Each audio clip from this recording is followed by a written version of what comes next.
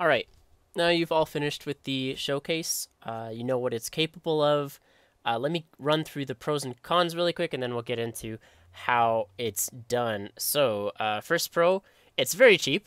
I'm not joking when I say it is actually like 30 chaos. I killed Gitava in Act 10, and then I bought every single item I needed, and then that was it. It was done.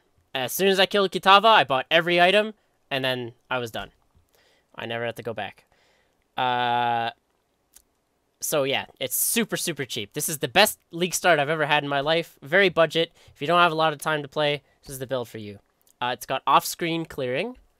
I don't know why the font of that is different. That is very strange. The font changed randomly.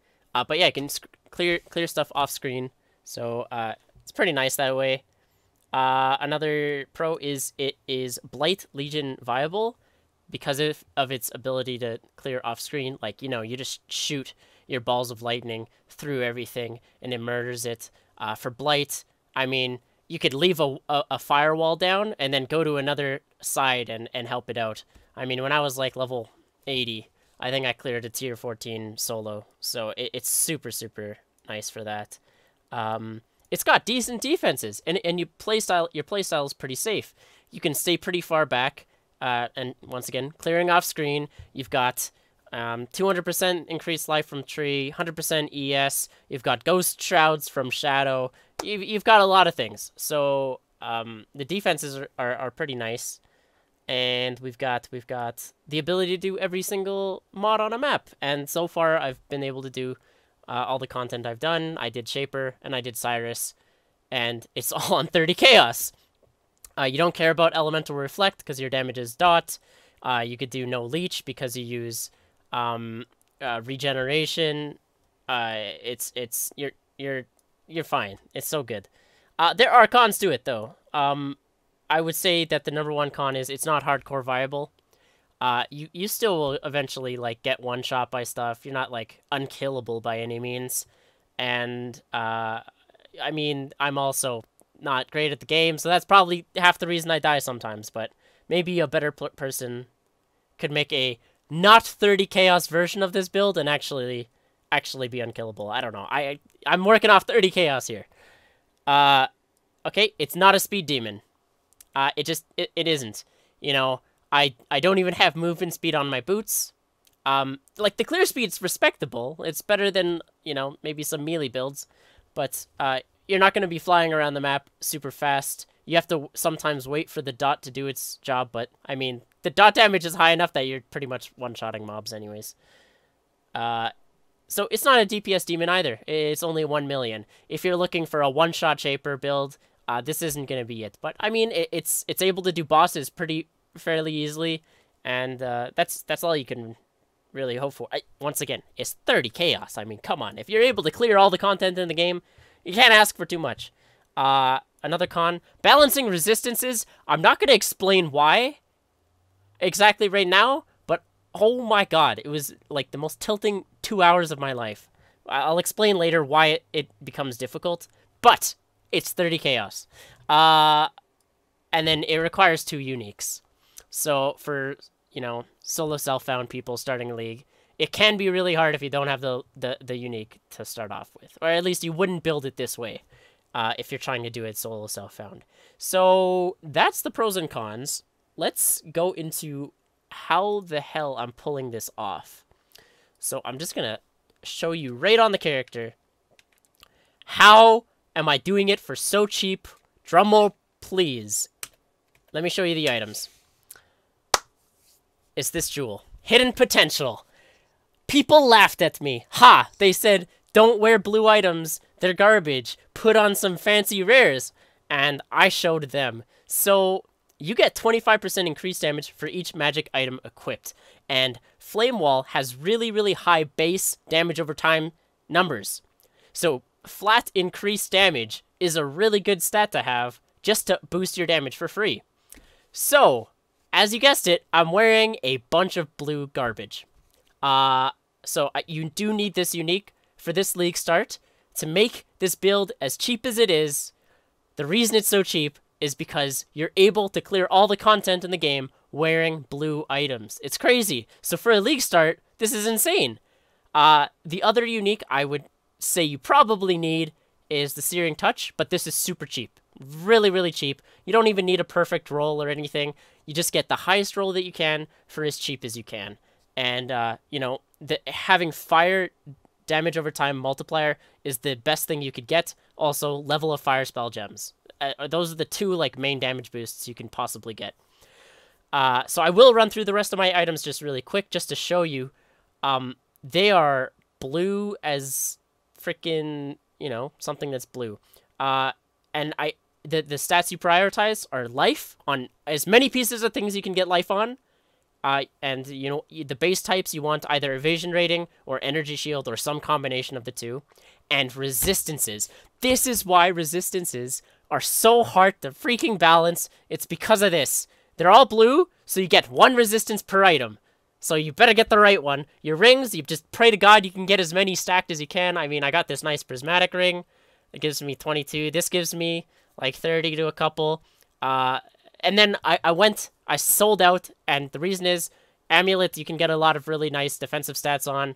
And it was cheap. Like, I got the freaking cheapest thing, and it gives me dex, which I also needed. I also needed the dex. So, you can get a rare amulet. It's not the end of the world. And, yeah. So those are my items. I don't have movement speed on boots. That's the reason I don't have movement speed on boots.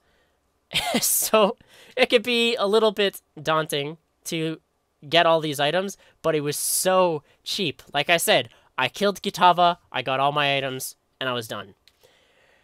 I'll just quickly talk about some upgrades then, that you can do from here. Basically, because every blue item gives you 25%, if you want to upgrade an item, just have an item that has an increase of 25% or higher. And, you know, also give you defense stats and such. So that's an upgrade. There's an upgrade in Cluster Jewel. I'm using one medium cluster, and it's this one that gives you Burning Bright and Exposure Therapy, which is really nice.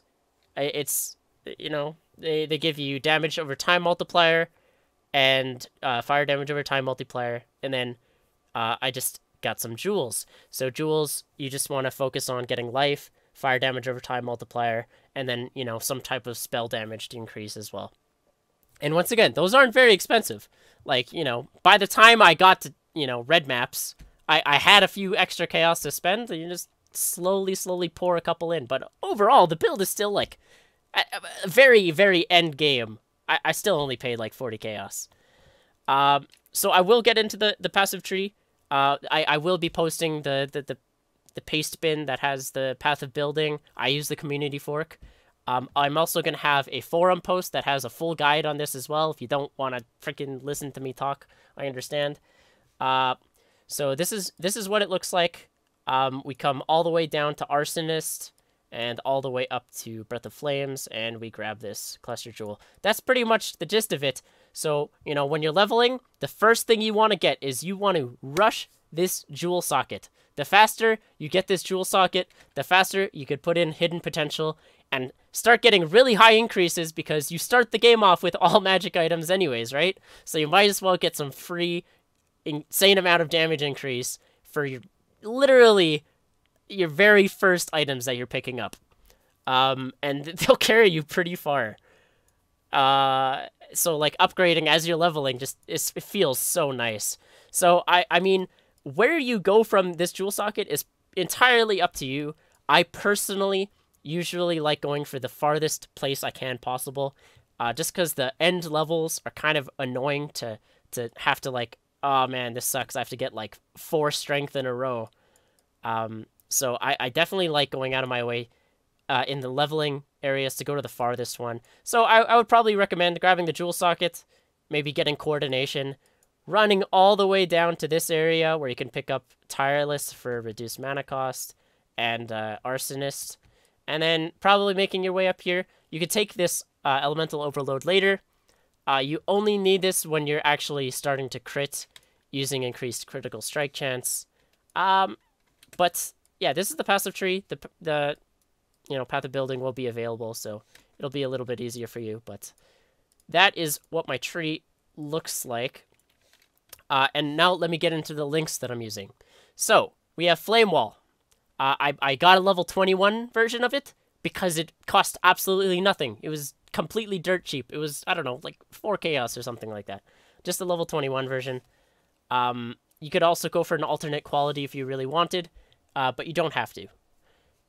Even if you don't have the level 21, it's fine. It's got elemental focus. It's got burning damage. It's got controlled destruction. It's got efficacy. And it's got swift affliction support. So that is your flamewall setup. This is your 6-link chest, which is, you know, because it's blue, it's really cheap. You just go for the cheapest one you can that's not corrupted. You scour it, and you just transmute and alterations until you get life, and then you craft some resistances on it. Boom, bam, done. Just that easy. So this literally won't cost you more than a divine, which is amazing. Getting a 6-link chest that's like your end game chest for less than a divine. It's insane. So that's your flame wall setup. You've got ball lightning. Where is it? Ball frickin' lightning. And it's attached to greater multiple projectiles, arcane surge, and increased critical strike support. And that's, like I explained, just to proc your elemental overload. You don't actually do any damage with this lightning, which is good, because it allows you to do elemental reflect maps. You know, ball lightning goes through proximity shields. You will take very little elemental damage from this. It's perfect. You just put down your fire, and you shoot lightning. And anything that hits will apply your flame wall damage. And it's beautiful. So then you've got your cast when damage taken set up here. I've got Immortal Call on it, which, you know, is great. Less damage taken when you're getting burst. Glacial Cascade. This does knockback. That's my reason for it. The knockback is just like really nice CC on the targets close to you, just to give you a second. It literally just that split second for you to react. And Wave of Conviction. This applies exposure to increase damage. So if anything hits you, they're going to be taking more damage and they're going to die faster. We've got Enduring Cry. This to me is just like, it's basically another health potion. That's kind of how I use it. It's a health potion that gives you, you know, endurance charges and resistances. I think it's just fantastic. I really like playing with it. You use Frost Wall. You know, I hate porcupines. Those porcupine little garbage things. You could put your fire and ice wall down, shoot this, they die, all their spikes go into the wall, and you're safe. Also, when you're doing heists, you could just throw the wall up at the door, put your flame wall down, and shoot this through the door. And you're also safe. So, I like using Frost Wall as well. You've got Dash with second wind support. That's just, you know, mobility is important. My dash is level 16 because I don't have the dex, but that's fine. I've got Flame Golem. That gives you a nice little damage boost. You've got Herald of Ash as an aura, and Malevolence as an aura, and so that's why my mana is reserved this much. And Flammability on Self-Cast. Self-Cast. So, basically, almost all trash mobs you're just going to one-shot anyways. You only need Flammability for boss-type things. Even rares are not going to survive your flame wall damage.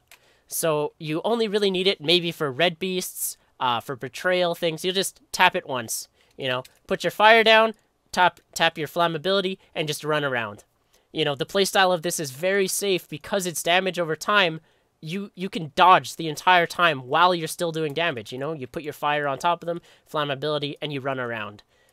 So self-casting flammability for the bosses and such.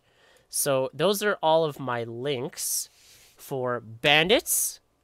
You kill them all, and that's pretty much it. We're not a crit people, so we don't use Alira. Like, we don't care about multi, we just care about crit chance. So kill all the Bandits.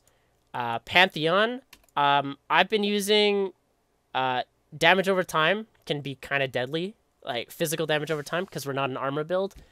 So I've been using Ralakesh. And then you'll swap between these two if you're doing bossing or just regular mapping. Regular mapping, you probably want Lunaris. Bossing, you'll probably want Solaris. And that is those. What am I forgetting? Am I forgetting anything? I think I've done everything. That might be it. Frick me. I'm just reading through my script here. I literally think that's anything. I mean, if you've got questions, you can throw them in the comment section below. I'll also be checking the forum post. Ascendancy! Thank you. Thank you for letting me know. Thanks to the comments. The comments really helped me there. The YouTube comments. So Ascendancy, first things first, get Patient Reaper. This just makes your clear feel amazing, and the recovery on kill, it feels so good. You never die. Then you'll go Ghost Dance, Escape Artist. That gives you all of your defensive stats you possibly need.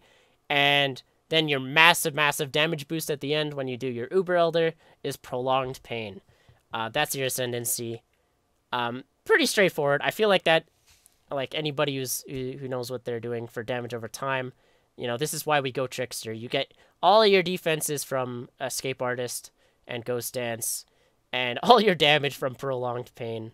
So it's all good stuff. I think that's literally it. Bye. Here's some bamboo, you're one of us. There's so much to do in the land of pandas.